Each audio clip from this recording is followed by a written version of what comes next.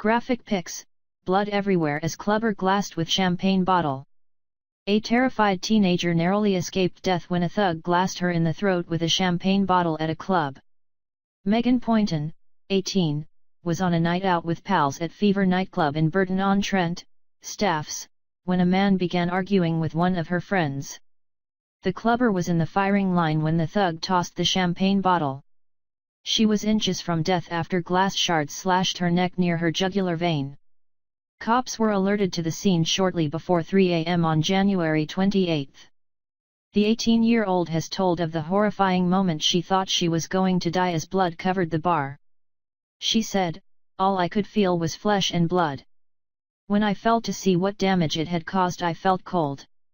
There was blood everywhere. I felt a hole in my neck and it was horrible. There were bits of flesh in my hand. I don't think anyone knew what had happened to me because my friends chased after the man.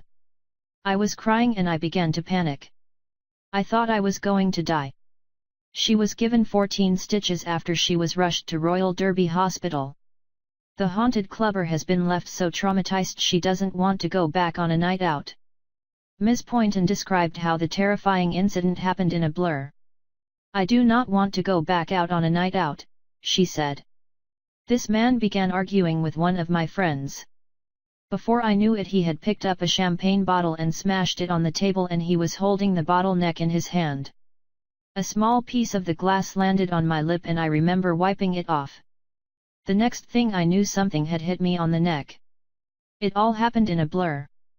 The teen said she wasn't sure who the thug was aiming for. A spokesman for Staffordshire Police said, "At around 2:56 am on Saturday, January 28, we received a report of a bottle being thrown in a Burton bar. A female bystander sustained a cut to the left side of her neck which needed hospital treatment.